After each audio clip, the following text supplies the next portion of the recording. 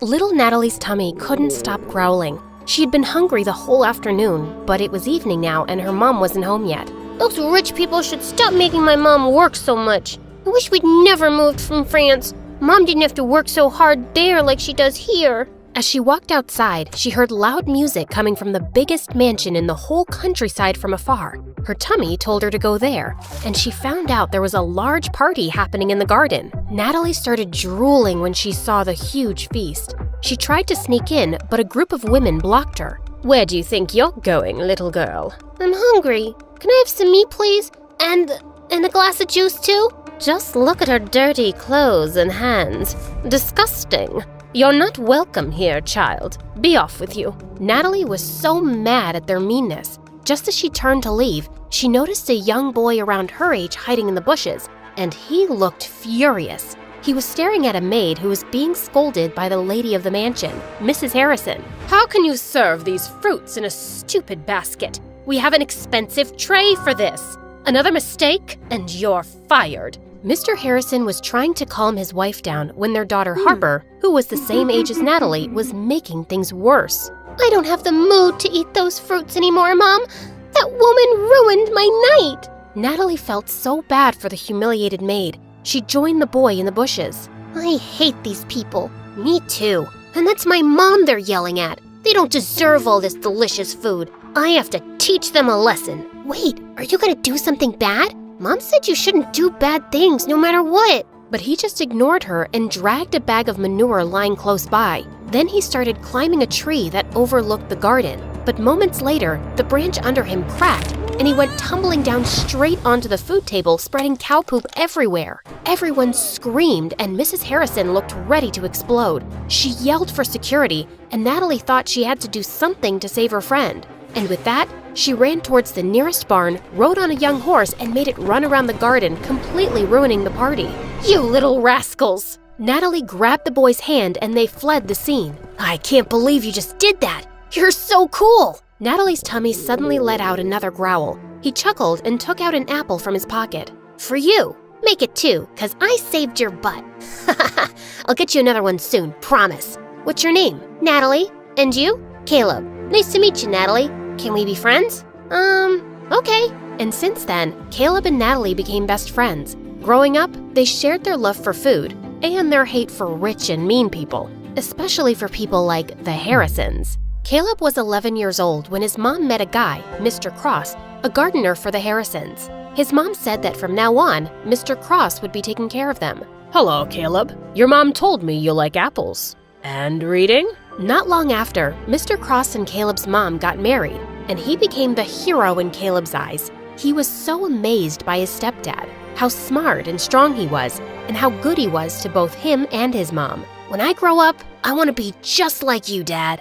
I'm sure you'll be better than me and every wealthy man in this land, my child. He would help Caleb understand his math homework, give him tips on how to build a dove house, and he also gave him really good life lessons. My dad told me something. I want to share it with you too, 'cause you're my best friend. Really? Tell me. He said, sometimes we need to stand up for ourselves and fight back, whatever it takes. Yes, we fight back the right way. Mom said we shouldn't do bad things no matter what. I know, you told me. But is it bad to defend ourselves? Do we just let other people do bad things to us and say nothing? You always speak about how unfair the system is in this town for poor people. Yeah, I do think that. Like, if someone hurts you, I'll hurt them too. Natalie was surprised by how firmly Caleb said it. Suddenly, as she changed her position, she lost her balance and fell. Caleb laughed and helped her up. Now, I don't know how to hurt the fence or the ground, but… Caleb then kicked the fence and stomped his foot on the ground. Natalie found it funny. She liked the thought of Caleb as her protector and felt really lucky to have a best friend like him. And over the years, she grew to like him as much more, but she was too scared to admit it, too scared to ruin their friendship. One day in high school, she decided to cook his favorite food and surprise him at lunch, but her heart ached with jealousy when she saw him laughing with some girls in the canteen. She was leaving when Caleb called her name and walked up to her. Is that for me? Before she could reply, the girls jumped in and glared at Natalie. Why are you friends with that dumbhead, Caleb? Same question. Handsome boys like you should hang out with pretty girls like us. Suddenly, Caleb wrapped his arm around Natalie's shoulder. My girlfriend is not a dumbhead. She's the smartest, coolest, and most beautiful girl I've ever known. So please, stop talking rubbish about her. Girlfriend? As the humiliated girls left, Natalie turned to him. Why did you tell them that nonsense? Those girls are gonna hate me forever. Are you mad? Yes? I'm mad because you lied. We're not dating. We're just friends. Fine, I'm sorry. But what if I wanted to be more than that? What do you mean? Can I hold your hand? No. I love you, Natalie. I've loved you since we were kids. Do you love me too? Caleb's sincere gaze made her melt. Yes, I think I feel the same way. Caleb started to lean in closer, and when their lips finally touched, she felt like she was on cloud 9. After that, the best friends became lovers, and Natalie was really happy with Caleb as his girlfriend. But over time, things started to get complicated. His mom fell really sick, and his stepdad's earnings weren't enough for her medicines. So Caleb was forced to take more part-time jobs around the farm. He hardly had any time to spend with Natalie anymore. Meanwhile, that night at the Harrisons, the family was having their usual dinner. Mr. Harrison was talking about the progress of their business, while Mrs. Harrison was being pushy towards their son to date someone. I don't understand the rush. I'm so young, I'll have plenty of time later on. You have plenty of time now. I don't, Mom. I'd rather focus on school than date. Love is nothing but a stupid distraction. All work and no play makes people really dull, darling. Remember Sheila? Benjamin's daughter. I think she's a nice girl. Mom, I don't like her. She's weirdly obsessed with me. Duke, she cares about you. Let him be for now. Don't push him so hard. He'll eventually find someone. But Sheila might not be around till he decides he's ready. And I think she would be so good for him. She's a smart young woman. They're perfect for each other. I have no interest in wasting my time on girls right now. Oh, brother, how about boys? Do you want to share something? Shut up, Harper. Well, Sheila and her parents are visiting us soon, and you will spend time with her so you can get to know each other. Who knows? Maybe it will end in a wedding. Hearing that, Duke suddenly felt the urge to lie. I'm sorry, Mom, but I already have a girlfriend. What? I said I'm not dating Sheila because I already have a girlfriend. Since when do you have a girlfriend? Since 6 months ago, but we kept it a secret.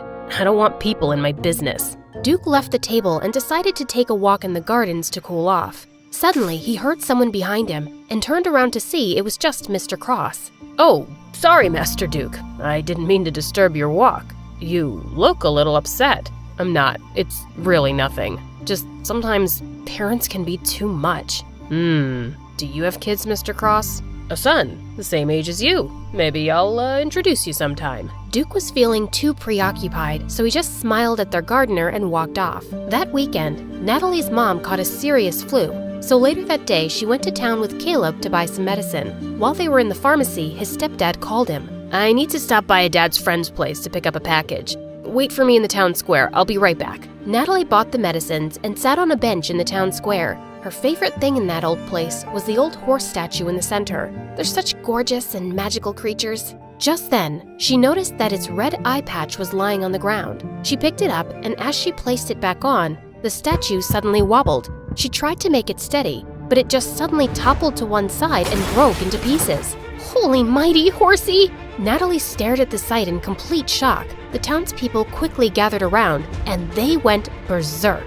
How could you be so reckless and ruin the pride of our town? Isn't it bad enough that we have to live with a foreigner who badmouths our town and its systems? And now you've ruined our cultural legacy! Some of them even started crying, and Natalie felt panic. She tried to contact Caleb, but her phone's battery was actually dead. I swear, I didn't do anything. It was already unsteady. Please, forgive me. But the townspeople were blazing mad. Soon the police came, and as they were questioning her, everyone suddenly became silent as they made the way for someone. Natalie lifted her head and met someone's eyes. Duke, the oldest child of the Harrisons. What's going on here? This girl just caused serious damage to a public property, and we need her to come with us to the station. Duke just nodded at them, and soon, Natalie found herself sitting in a police station. Please, officer, just let me go home first. My mom is sick, and she must be really worried. But the officer just ignored her. A few minutes later, Duke came out of the main office. You're free to go. I've taken care of everything. Huh? What do you mean? I paid $50,000 for the fine and damages so you won't go to prison. What? Why are you doing this? You don't even know me. Because I need you. What? What do you mean? Duke then dragged her outside the station to talk. Listen, I need you to work for me as my fake girlfriend for a month, and I'm gonna pay you for it. I'm sorry, but can you repeat what you just said? I'm not sure if I heard it right. I think you did. You don't look like you have any hearing problems. Is that how you joke? Because it's super lame. Even hyenas won't laugh at it. Do I look like a clown to you? How can you offer me a ridiculous job when you don't even know if I have a boyfriend or not? Look, I don't care whether you're single or whatever. I'm not interested. I just need you to pretend to be my girlfriend and convince everyone that we're in love, especially my family. But why would you need a fake girlfriend anyway? You can just have a real one. Just choose any girl but me. You rich people are used to getting whatever you want anyway. I asked you to be my fake girlfriend, not to become an interviewer. In private, we'll be practically strangers minding each other's business. I can prepare a contract tomorrow. What makes you think I'll accept your offer? I don't want this weird job. Don't worry, I'll think about another way of repaying you. There is no other way. Accept my job or return my money immediately. It should be the exact amount that I spent to save your sorry little butt. Natalie wanted to yell at him for blackmailing her, but she knew she couldn't pay him back. Let me think about it. I don't have much time. I'll give you a day. Let's meet at the cafe tomorrow, same time as this. Before Natalie could say anything more, he turned around and left. When she got home, she found Caleb's messages saying that he'd be staying at his stepdad's friend's house for the night. Natalie really needed to talk to him, but she was also worried about how he would react. She also didn't want to tell her mom about this yet and stress her out. So later that night, she went to her favorite spot on the farm to think it over alone. Suddenly, Caleb appeared beside her. Hey, what are you doing here? Wait, Nat, are you crying? Tell me what's wrong. She didn't have a choice but to tell him everything. Are you serious? You shouldn't have let him help you. He took care of it himself, and I could never pay $50,000 on my own. But of all the girls, why does he want you? This is stupid. I thought Harper was evil. I didn't expect that her brother would be worse. Look, if he didn't help me, I'd be cold and miserable in jail right now. But he obviously helped you just to force you into this stupid job. What am I gonna do? He left me with no choice. Seeing my girlfriend dating another guy is torture, Nat. It doesn't matter if it's fake or not. Caleb got up and furiously kicked some rocks. Okay, fine. I won't do it. I'll have to think of another solution then. As Natalie's tears poured, Caleb sighed and sat down. Okay, I'm sorry. Don't cry, please. Let's talk this over. You'll just be acting, and it's only for a month, right? And are you sure he's paying you a huge amount for it? Yes, I'll just be a fake girlfriend. I'll never fall in love with that jerk, ever. Okay, I'll agree to it, but on one condition. What is it? Caleb got up and furiously kicked some rocks. Fine, I won't do it. I'll think of another solution then. As Natalie's tears dropped, Caleb sighed and sat down. Okay, I'm sorry. Don't cry, please. Let's talk this over. You'll just be acting, and it's only for a month, right? And are you sure he's paying you a huge amount for it? Yes, I'll just be a fake girlfriend. I'll never fall in love with that jerk, ever. Okay, fine. I'll agree on it now, but on one condition. What is it? There should be no touching. Natalie was surprised at how jealous Caleb could be. But he wants me to convince everyone that we're really dating. How can we do that if we can't even hold hands? I just realized that I sounded ridiculous. Never mind. It won't mean anything, Caleb, I swear. And I'll give you a part of the payment for your mom's expensive treatments. Nat, no. You're the one who'll work for this, not me. We promised to protect and help each other, remember? Just support me on this for a month and we'll get you some money for your mom.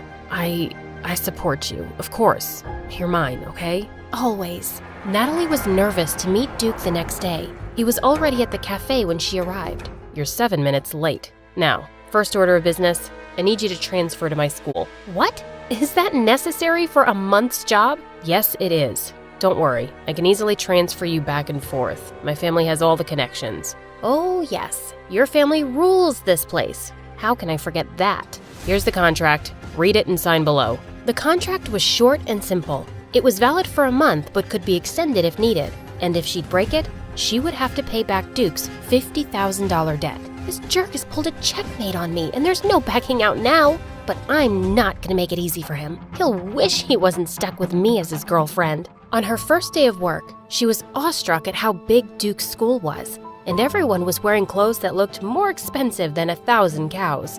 As she was walking towards the main building, a fancy sports car suddenly dashed into the parking lot. Natalie's jaw dropped as the driver stepped out. It was Duke, and he looked dashing. Girls started to surround him, but to everyone's surprise, Duke walked up to Natalie and put his arm around her. There you are. Did you sleep well last night? I didn't, because I couldn't stop thinking about you. Can you stop being so adorable for a second? It's killing me. Dude, who's that? This is Natalie, my girlfriend. In one corner, Duke's sister Harper was fuming. Of all the girls in the world, he chose her? I've seen that dumb peasant a few times on the farm. How can Duke be so stupid? On their way to class, Natalie suddenly pulled Duke to a corner. Why did you kiss me? What are you doing? Making things convincing? Have you read the contract that you signed? Holding hands and kisses on foreheads and cheeks are allowed. Natalie didn't take that part seriously. She wanted to ask more questions, but she remembered the rules in the contract. Don't ask personal things. Later that day, while she was putting things in her locker, Harper and her friends appeared behind her. Is it just me, or does it smell like mud in here? It definitely smells like dirt. Oh, farm girl, I didn't see you there. I'm sure you saw me, Harper. Don't get smart with me, farm girl. Just because you're my brother's girlfriend doesn't mean I need to be nice to you. But you could be nice to me just out of basic human decency, right? Or are you unfamiliar with that? Natalie started to walk away, but Harper got mad and pulled her hair. You little... What's going on here? Tell your tacky girlfriend to behave herself. And why are you dating her anyway? Did you just pick the first girl you saw on the farm or something? Mind that mouth, Harper. And what's wrong with her? She's literally perfect. You could have chosen anyone, Duke. She's nothing like us. I'd rather not spend my time listening to someone who talks about bags and 10 different shades of pink all day. Natalie is so much more interesting. Wow, he's a really good actor. But God, I'm being humiliated here. I will make sure that this Duke regrets this decision. Duke then warned everyone to be good to Natalie, including his sister and her friends, and they had no choice but to obey the king of their school. The next day, Natalie prepared embarrassing couple shirts for both of them and gave it to him during their basketball practice. Happy 200th day, my baby king! Everyone started laughing, and she thought Duke would be really annoyed. Oh, now I get it. It's because you literally worship me. I like the shirt, babe.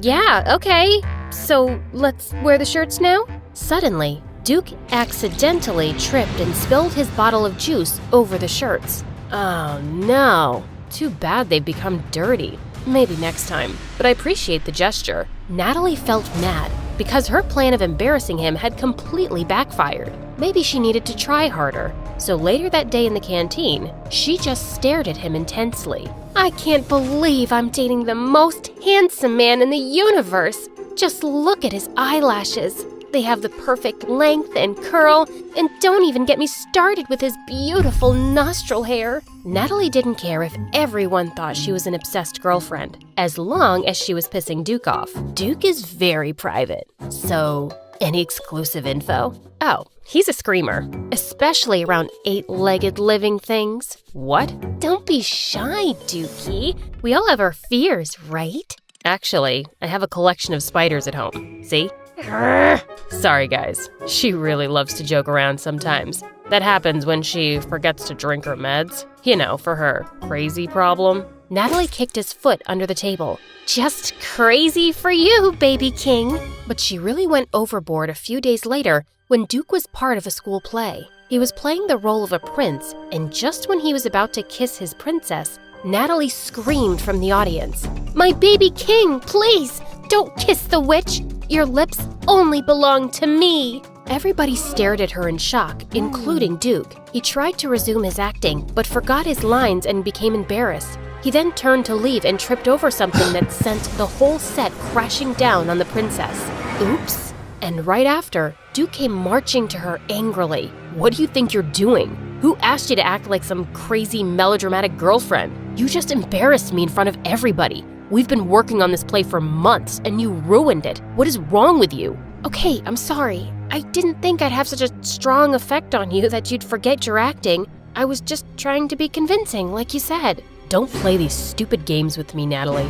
I know what you're trying to do, and it's not gonna work. You agreed to be my girlfriend, and unless you have $50,000 suddenly, you'll act like a normal girlfriend or you'll go to jail. And trust me, I won't feel bad about your poor butt rotting in there for a second.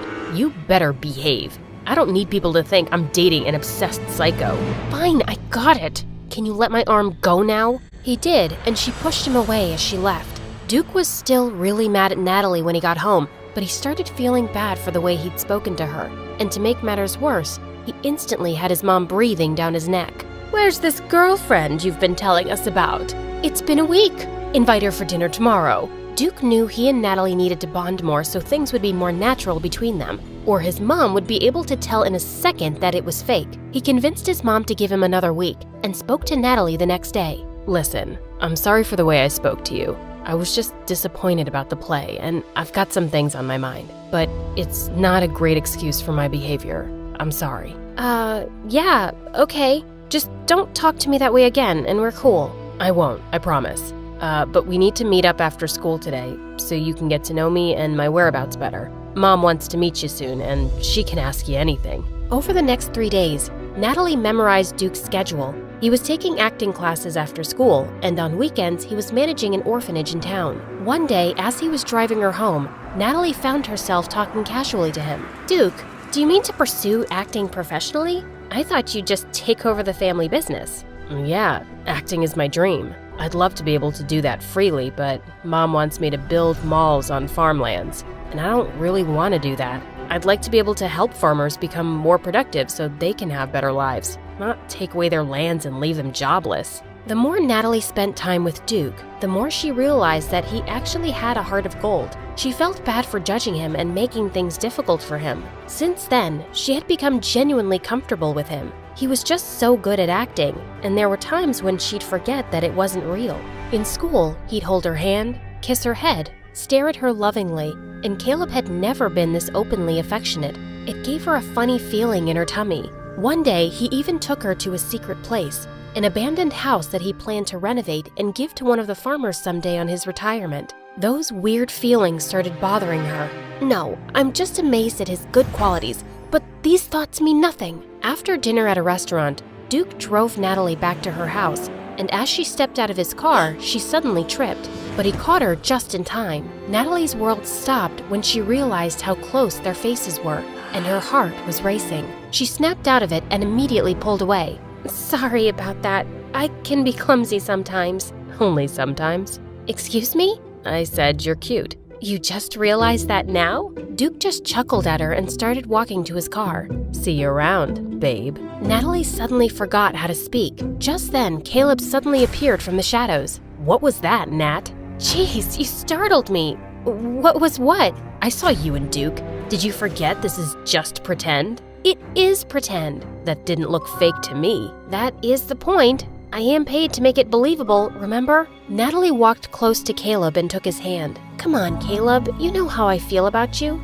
I love you. And how do you feel about him? Like I want to push his privileged butt on cow dung. The two of them laughed, but Natalie was still worried because Caleb kept glancing at her a bit suspiciously. Later that day, Caleb went to talk to his stepdad. Something bothering you, son?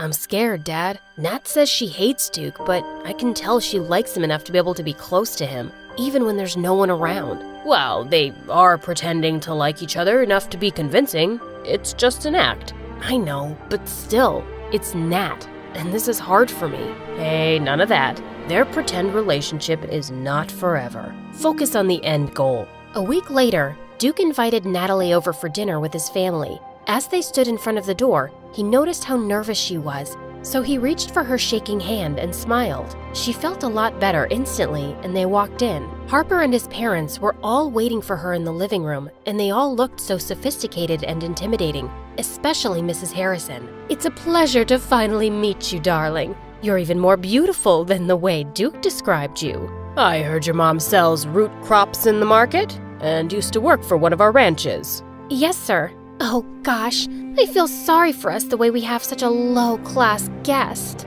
Harper, behave yourself, please. Whatever. As they had their dinner, Mrs. Harrison kept asking about their love story and relationship, and their answers thankfully matched. The Harrisons were surprisingly nice, except for Harper, who kept throwing death glares at her. After their dinner, Mrs. Harrison walked up to Natalie and took her into the kitchen. "I want to give you something, my dear." "Sure, ma'am." When they got there, Natalie was surprised to see a knife and a lot of onions on the counter. And then suddenly, Mrs. Harrison started chopping them herself right in front of her. "They say onions can give overflowing wealth and beauty. This is my gift for you, my future daughter-in-law. Please take it." Natalie started tearing up as she took the chopped onions from her. "Are you crying?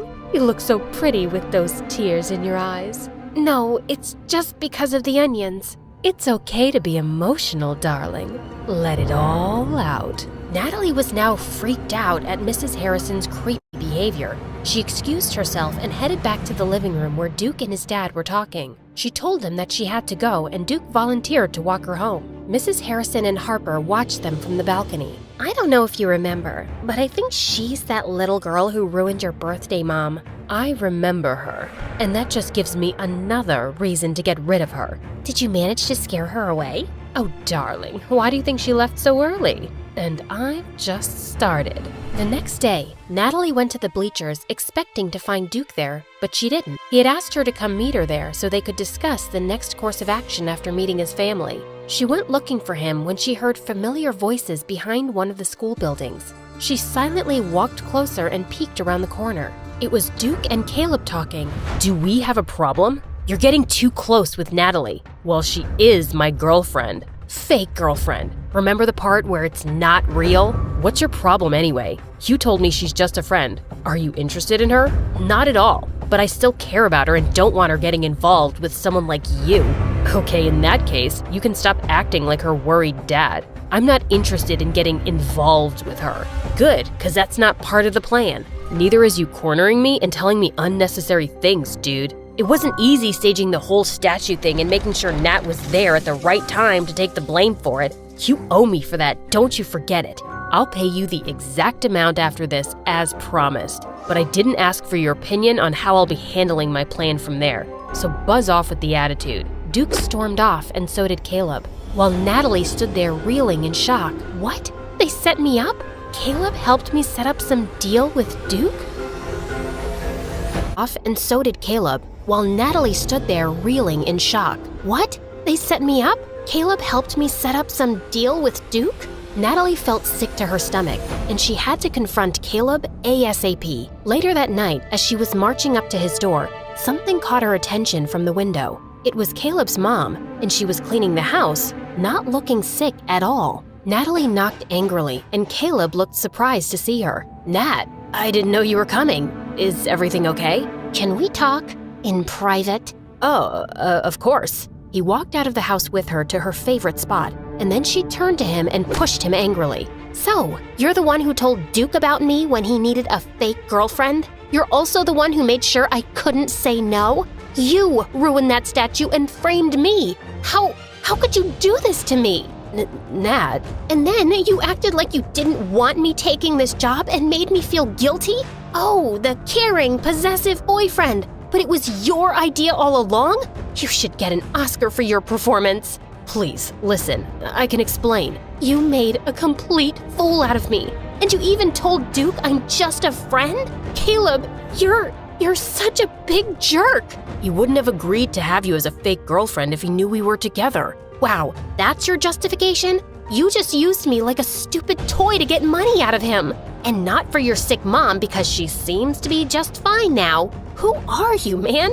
I don't even know you. And it looks like I never did. Nat, it's not like that. Shut up. We're done. Do you hear me? We are done. Natalie didn't wait for his response before storming off. Caleb couldn't stop feeling devastated and broke down to his stepdad. Natalie broke up with me, Dad. Forget about her then. When you have the money, you can marry any girl you want. You're too brilliant for her anyway. Try to target someone rich. Marrying into wealth will give you a lifetime of security. Caleb was stunned at his stepdad's words. He did want to be rich and have a much easier life, but he couldn't forget Natalie just like that.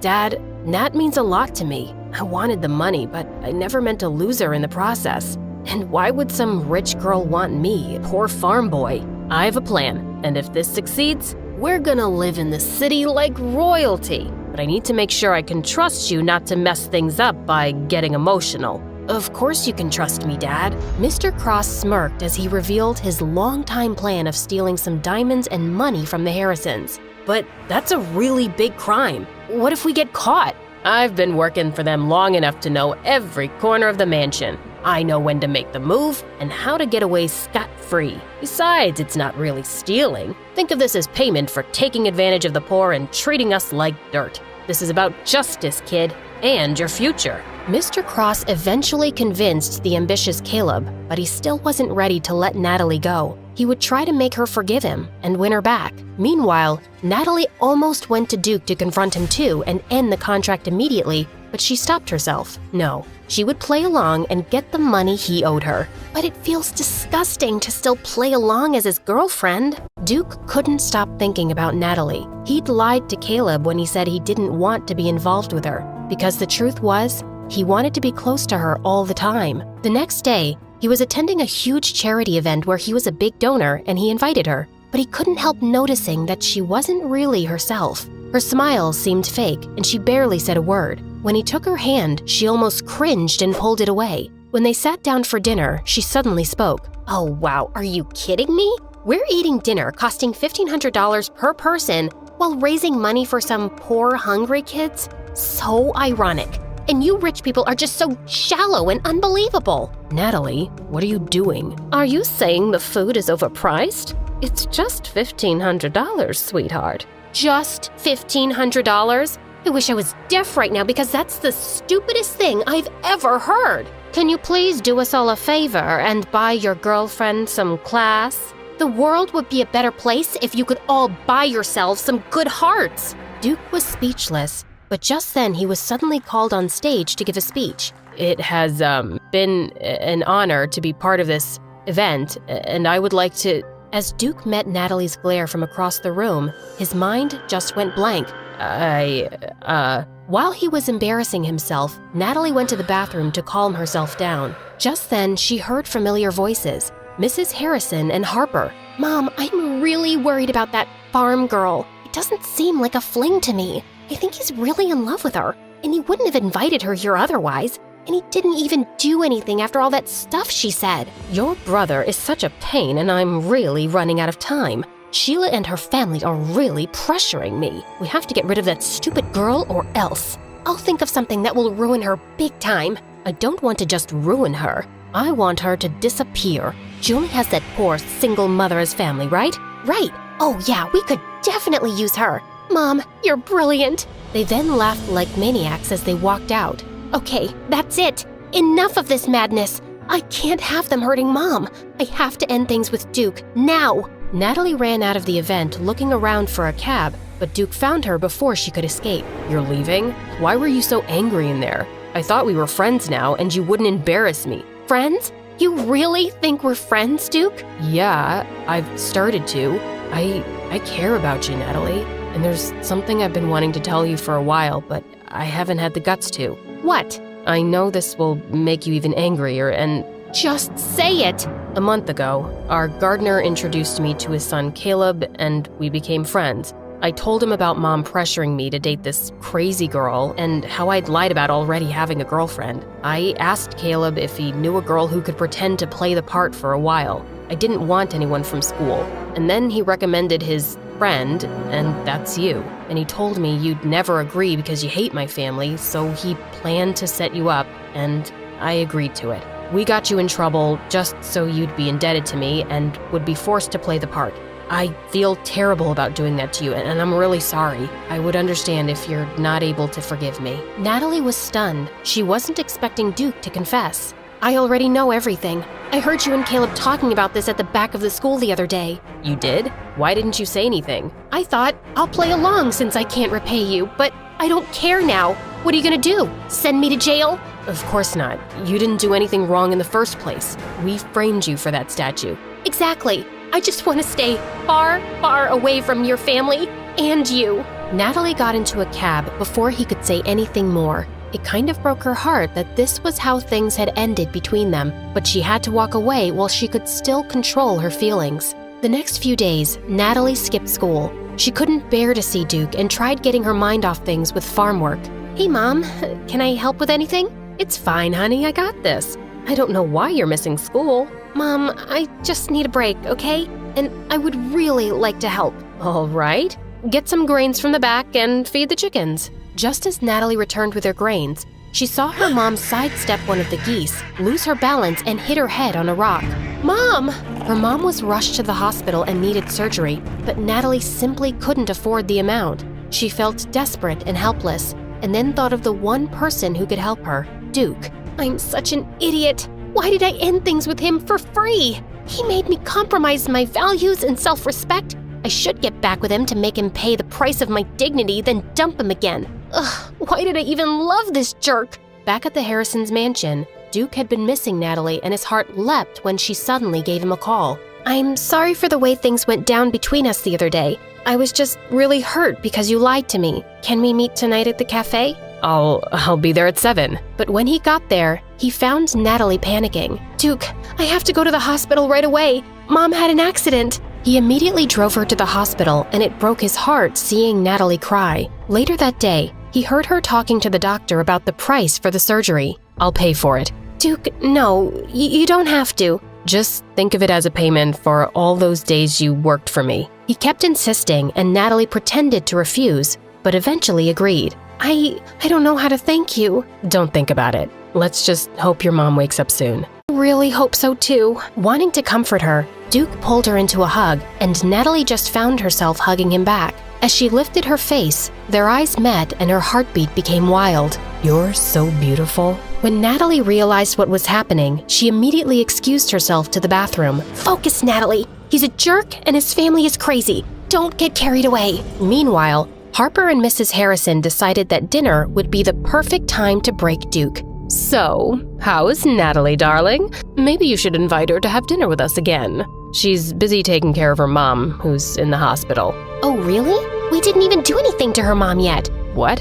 Duke, are you sure that's why your girlfriend can't come over? Yes, Mom, I'm sure. Or is it because she's your fake girlfriend and you've been feeding me a bunch of lies? What? What are you talking about? Just then, Harper started playing Duke and Natalie's conversation on her phone, where Duke confessed that he needed a fake girlfriend because of his mom. I am so disappointed in you, Duke. You lied to me. You will end this stupid charade now. Mom, just stop it. Stop it with all this pressure. Yes, I lied to you, but you pushed me to do it. And Natalie may have been my fake girlfriend, but I love her now. Nonsense. Get rid of that gold digger and date Sheila instead. Or you can forget about being my son and all these privileges you were born with. That midnight, Caleb and his stepdad were successful in opening the Harrison safe.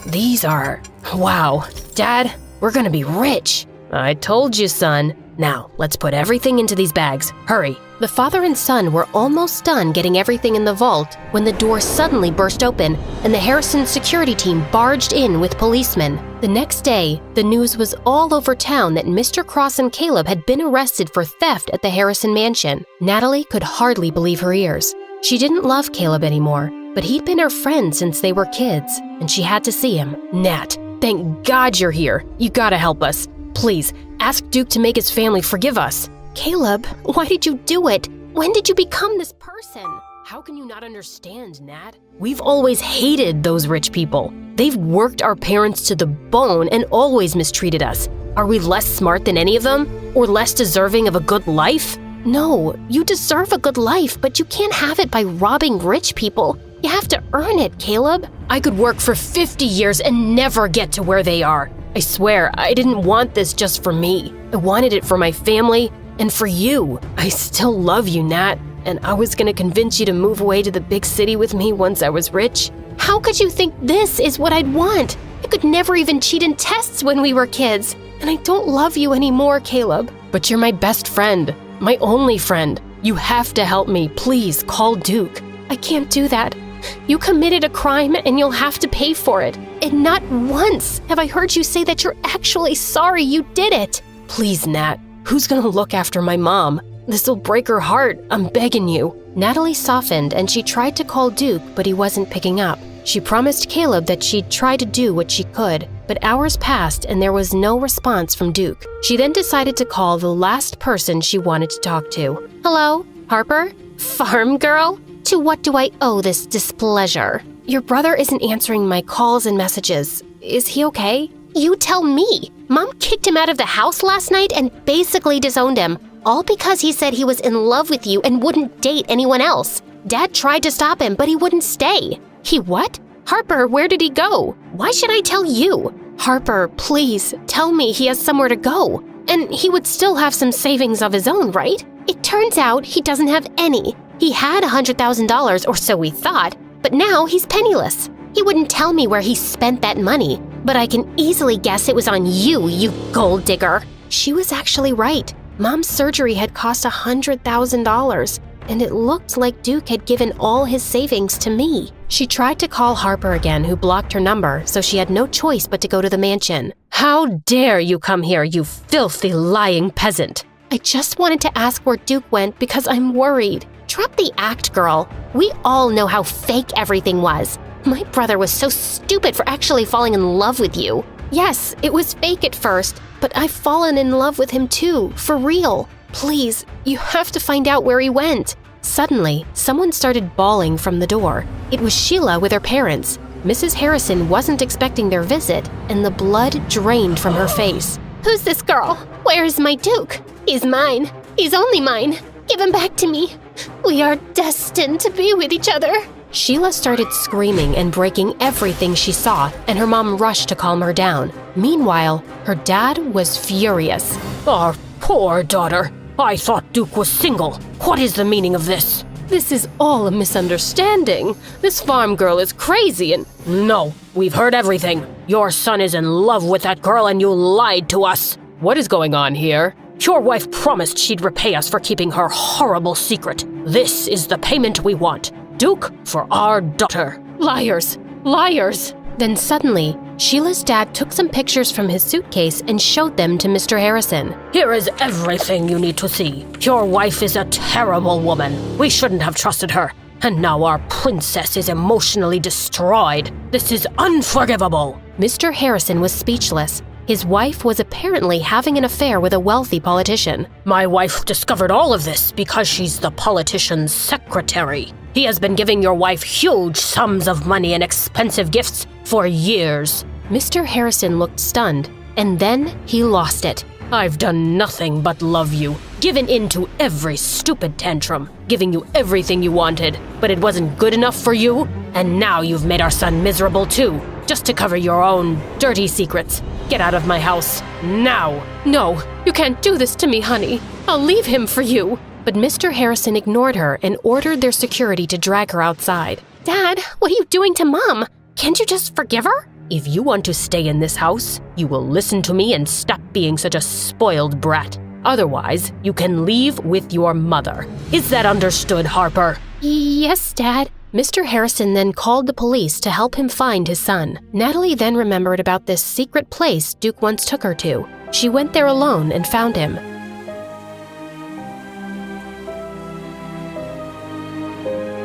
Natalie, what are you doing here? She told him everything that happened, and Duke couldn't believe how terrible his mom actually was. It's time for you to come home. Your dad is really worried about you. And you? Were you worried? Why do you think I'm here? And how could you be foolish enough to give me all your savings? It was for your mom, Natalie. It's foolish not to take care of the people you love, and I love you. I love you too, Duke. I never thought I could, and I really didn't want to, trust me. But you've made me fall in love with you. I can't help it. Okay, so in that case, you need to sign another contract with me. Depends. What kind of contract is that? A contract to be my baby queen forever. Oh my God, please don't ever call me that again. I'll think about it.